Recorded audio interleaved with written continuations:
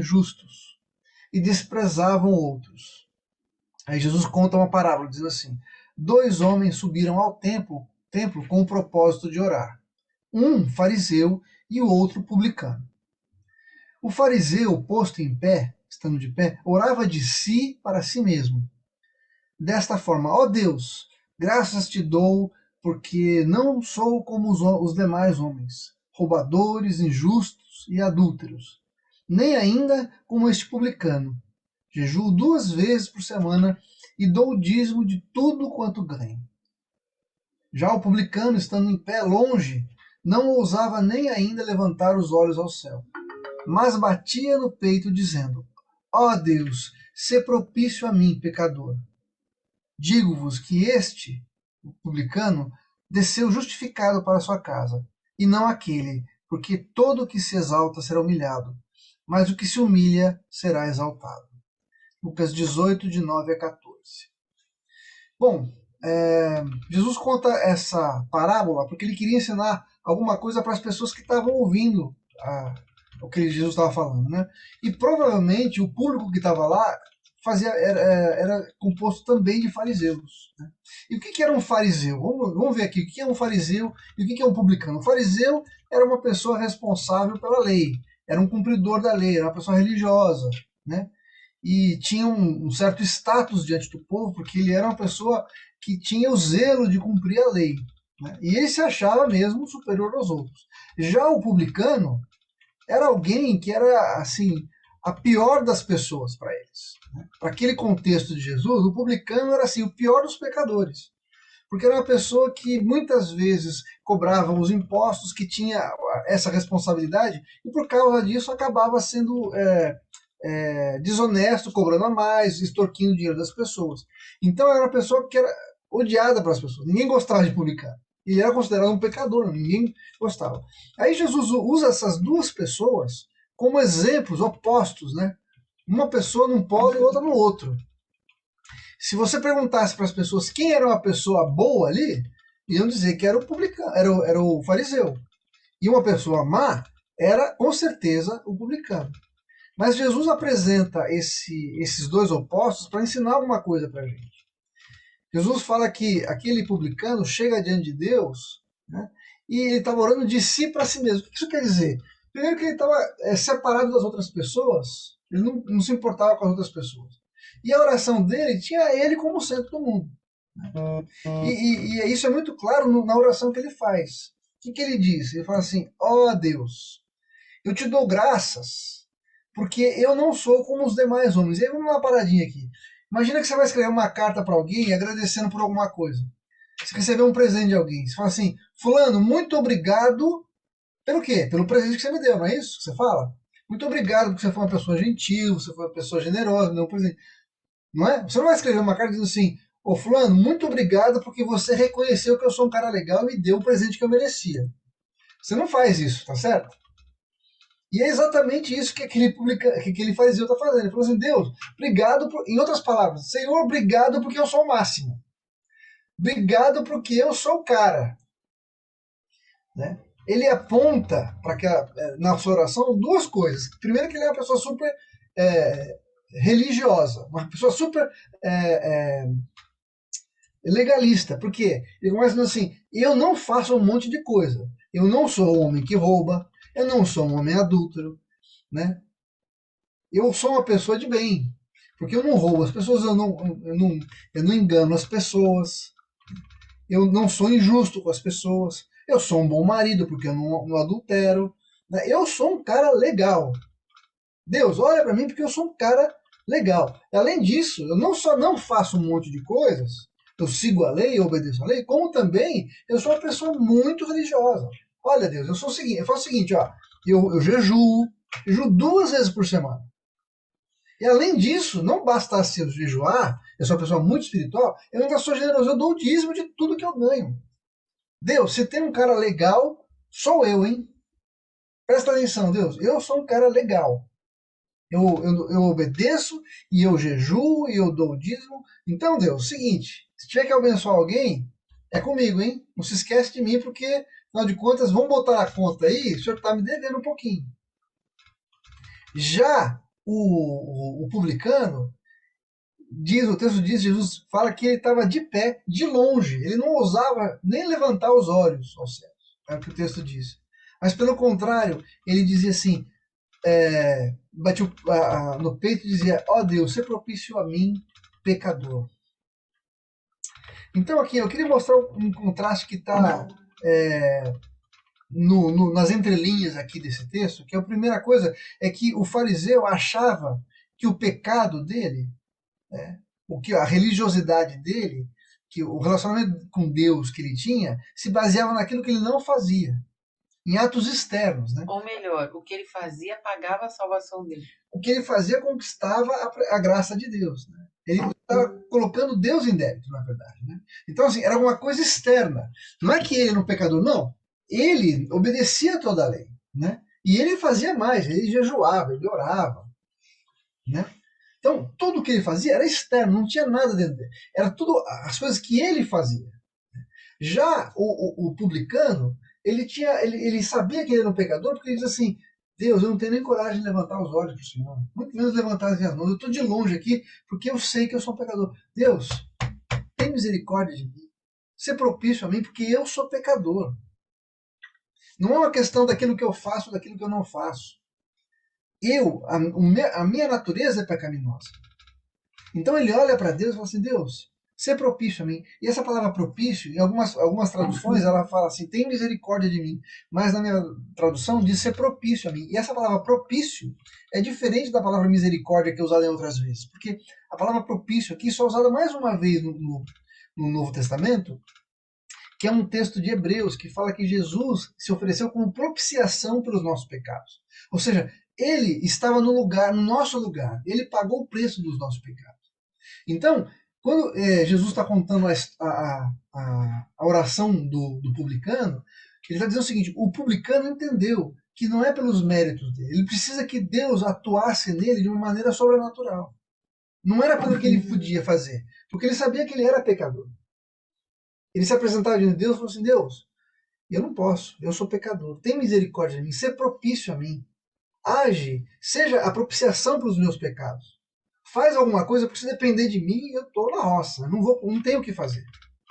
Já o fariseu, ele chegava diante de Deus assim, Deus, eu sou um cara bom, eu sou o bonzão. Então vê se me abençoa aí, porque eu sou o cara. E Jesus fala, mostra que na volta, só o publicano saiu perdoado. Porque Deus exalta aquele que se humilha e humilha aquele que se exalta. E aí eu lembrei de um texto que está lá no Salmo 51, que tem tudo a ver com a oração desse publicano. É uma oração de Davi, no Salmo 51, que diz assim, ó, vê se não tem tudo a ver. Davi começa dizendo assim, compadece-te de mim, ó Deus, segundo a tua benignidade, e segundo a multidão das tuas misericórdias, apaga as minhas transgressões. Lava-me completamente da minha iniquidade e purifica-me do meu pecado. Você vê como Davi se aproxima de Deus, falando assim: Deus, é o Senhor que tem que fazer, porque eu sou pecador.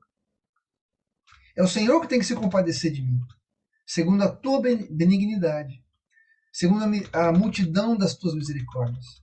Apaga as minhas transgressões. O versículo 2 diz: lava-me completamente da minha iniquidade e purifica-me do meu pecado. Versículo 3: pois conheço as minhas transgressões. Tá vendo? Ele fala assim: eu sei do meu pecado, Deus. Eu sei que eu pequei. Eu sei que eu sou indigno. E o meu pecado está sempre diante de mim. Ele diz: pequei contra ti e contra ti somente. Fiz o que é mal perante os teus olhos, de maneira que serás tido por justo no teu falar e puro no teu julgar. Ele está falando assim: Deus, se o Senhor me julgar culpado, o Senhor tem toda a razão. Eu pequei. Reconheço. Mas eu preciso que o Senhor se compadeça de mim. E aí no versículo 10 ele diz assim: cria em mim, ó Deus, um coração puro e renova dentro de mim um espírito inabalável. E aí no versículo 16 ele fala assim: pois tu não te comprases em sacrifícios. Do contrário, eu te daria o sacrifício que o Senhor gostaria. E não te agradas de holocaustos. Sacrifícios agradáveis a Deus são o espírito quebrantado. O coração compungido e contrito não desprezarás, ó Deus. Davi entendeu que não era por causa dos sacrifícios que ele fazia, não era algo externo que ele fazia, não era pelas suas obras, mas por um coração contrito e quebrantado. Tanto que Jesus fala na oração do publicano que ele batia no peito. E esse ato de bater no peito significa assim: Deus me perdoa, eu sou pecador, tem misericórdia. Era um ato de contrição. É como se ele estivesse apertando o coração dele, sabe? Compungindo e trazendo quebrantamento para o seu espírito. É isso que Jesus estava falando. É exatamente isso que Davi estava falando no Salmo 51. Aí você pode me perguntar assim, né, tudo bem, mas você está dizendo que eu sou como um fariseu, que se apresenta assim diante de Deus? Talvez a gente não seja como um fariseu. Talvez a gente já tenha caído a ficha na nossa cabeça de que a gente não tem nada em nós que pudesse chegar e falar, Deus, eu sou o cara, eu sou bonzão. A gente sabe que a gente é pecador. A gente sabe que a gente não merece. Né? Quer dizer, na maioria das vezes, talvez a gente ainda, em alguns momentos, se apresente a Deus e fala assim, Deus, olha, eu fiz isso, então o Senhor vê lá, né? Ó, eu tô te obedecendo, eu tô indo na igreja, eu tô dando meu dízimo, eu tô orando quase todo dia, eu leio a Bíblia 2 vezes por semana. Então, Deus, eu não sou tão ruim como aquele publicano lá. Você já percebeu como às vezes a gente ora assim? A gente se apresenta diante de Deus assim, Deus, olha, eu sei que eu pequei, mas veja, eu não sou tudo isso também, né? Tem gente bem pior. Será que não dá para o senhor quebrar meu galho? Muitas vezes a gente se apresenta diante de Deus dessa maneira, achando que Deus nos deve, porque a gente já fez o suficiente. A gente já fez, então, poxa Deus, será que pelo tanto que eu fiz, o senhor não pode me abençoar um pouquinho? Isso é uma maneira errada da gente se apresentar diante de Deus. Mas tem uma outra maneira que às vezes a gente usa mais vezes e é tão grave quanto. Que é assim, não, eu sou pecador, eu pequei. Hoje não dá. Hoje eu pisei na bola muito feio, eu gritei com a minha mulher, eu enganei o cara, eu peguei o troco e não devolvi, eu fiz uma sacanagem lá, eu xinguei fulano, fiquei bravo no trânsito. Hoje não dá para eu orar, porque afinal de contas, né, eu tô falhando, tá? A minha conta tá muito baixa com Deus, meu saldo tá muito negativo, então eu preciso esperar um pouquinho até meu saldo dar uma melhorada. Gente, isso é tão pecado quanto a gente se apresentar diante de Deus achando que a gente é o cara. Sabe por quê? Porque de um jeito ou de outro a gente está minimizando o sacrifício de Jesus na cruz por nós. A gente está achando que de alguma forma a gente se apresenta diante de Deus pelos nossos méritos. Se eu fiz bastante, então eu vou lá e Deus tem que me ouvir porque eu fiz bastante. Se eu não fiz nada, ou se eu estou devendo, ele não vai me apresentar porque, afinal de contas, eu não tenho nada para oferecer. E Deus não vai me abençoar porque eu não tenho nada para dar para ele. Quando, na verdade, de um jeito ou de outro, a gente se apresenta pelos méritos de Jesus. Eu não tenho obra suficiente para chegar diante de Deus e pedir para Ele me abençoar. Mas também, ao mesmo tempo, não há nada que eu tenha feito que possa me impedir de chegar na presença de Deus. Não é pelo que eu fiz. Não é se eu pequei hoje eu não posso orar. Eu não tenho direito de orar. Você lembra do filho pródigo? Ele gastou todo o dinheiro do pai, ele desonrou o pai no máximo, ele pisou na bola feio.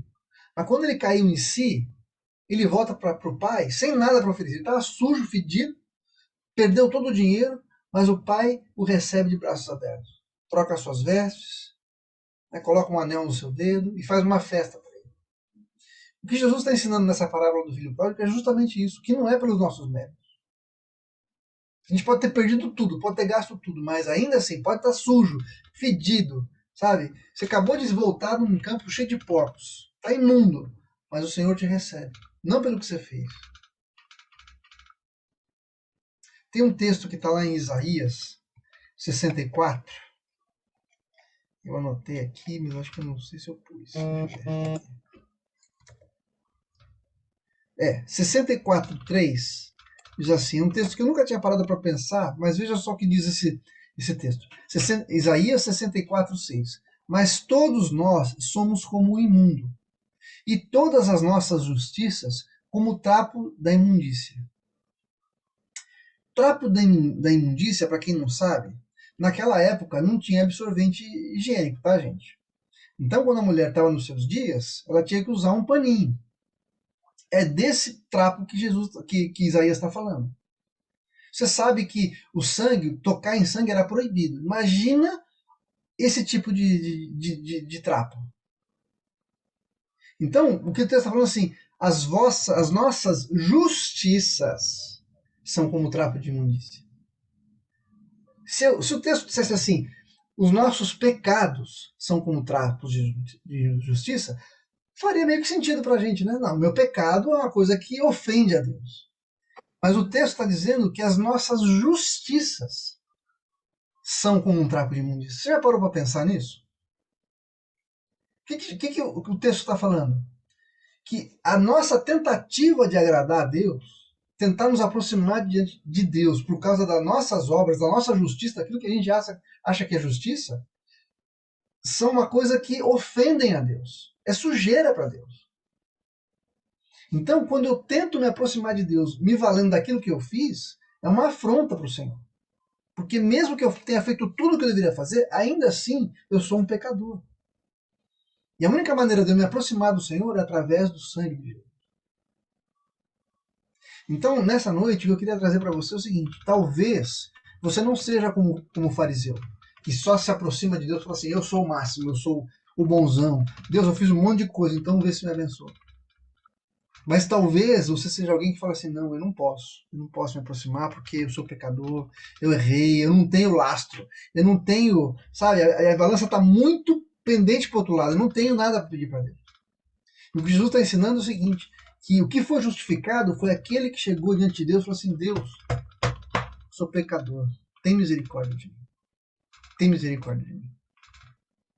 Eu não tenho nada para te oferecer, eu te ofendi, eu te desobedeci, eu fiz aquilo que não te agradava, mas ainda assim, tem misericórdia de mim. E Jesus diz na parábola que aquele homem, o publicano, saiu de lá perdoado, abençoado por Deus. Deus ouviu a oração daquele publicano. Do maior pecador, do cara que todo mundo olhava e fala assim: esse aí, de jeito nenhum. Esse aí não tem nada com Deus, não. Não, esse aí não tem. Deus não vai responder.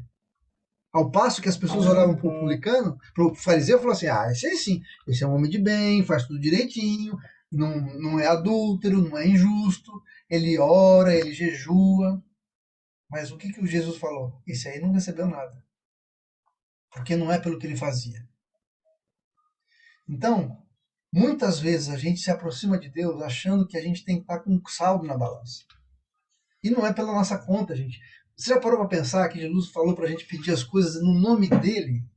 E no nome dele significa como se você pegasse um cheque de Jesus assinado por ele e falasse: ó, não é da minha conta que você vai sacar, não, é da conta de Jesus. Na conta de Jesus tem crédito. A minha conta não tem, a minha conta está no negativo. Mas a conta de que eu estou querendo sacar é a conta de Jesus. E ele me deu um cheque, assinado por ele. Assinado, e a tinta é o sangue dele. Então, por causa disso, eu tenho acesso e tenho a saldo nessa conta. Então, gente, quando a gente se aproximar do Senhor, a partir de agora, não pense naquilo que você não fez, ou naquilo que você fez de errado. Lembre-se disso. As minhas justiças não valem nada para Deus. Não é pelo que eu faço, mas é pela misericórdia e pela graça do Senhor. Então, não jamais deixe de se aproximar do Senhor achando que você não tem. Porque nós não temos mesmo. Mas a gente não vai no nosso nome, a gente vai no nome de Jesus. E quando a gente se aproxima do nome de Deus, através do nome de Jesus, a gente tem acesso a todas as bênçãos que Ele tem para nós. A palavra de Deus diz que em Jesus nós temos o sim e o amém para todas as promessas do Senhor para nós. Todas as promessas de Deus, para todas elas, nós temos em Jesus o sim e o amém. Ou seja, a confirmação. Deus vai nos dar, porque nós pedimos em nome de Jesus. É Jesus que nos concede aquilo que nós pedimos e precisamos. Então, é tão gostoso quando a gente se reúne nas quartas e nas sextas para orar, porque a gente se debruça diante do Senhor em nome de Jesus. A gente sabe que a gente não tem crédito, mas o nosso crédito foi comprado pelo sangue de Jesus. É Ele que se aproxima de nós, Ele que veio a nós, Ele nos amou primeiro. Amém? Então, eu queria te encorajar nessa noite a entrar na presença do Senhor com essa perspectiva. Não do fariseu, que tenta comprar a sua bênção, mas como publicano, que fala, eu não tenho dinheiro mesmo, não tenho. O Senhor tem que ser propício a mim, tem que ter misericórdia de mim. Como Davi orou, Senhor, se o Senhor quisesse sacrifício, te daria. Mas o que o Senhor quer é um coração contrito. É isso que o Senhor, é disso que o Senhor se agrada. Muito mais do que sacrifícios de animais e holocaustos. Mais do que a força do meu braço, Ele quer o coração contrito. E a gente juntos aqui, gente, é um trabalhar do Senhor. É o que o Senhor quer nos ensinar, a nos apresentarmos diante do Senhor assim. Essa é a chave de termos resposta de Deus. Muitas vezes as respostas não vão ser aquilo que a gente originalmente queria. Mas quando a gente se aproxima do Senhor com essa perspectiva, com esse entendimento, Ele muda o nosso coração e nos traz respostas que vão nos trazer plenitude e alegria, tanto quanto se a gente tivesse recebido aquilo que a gente queria.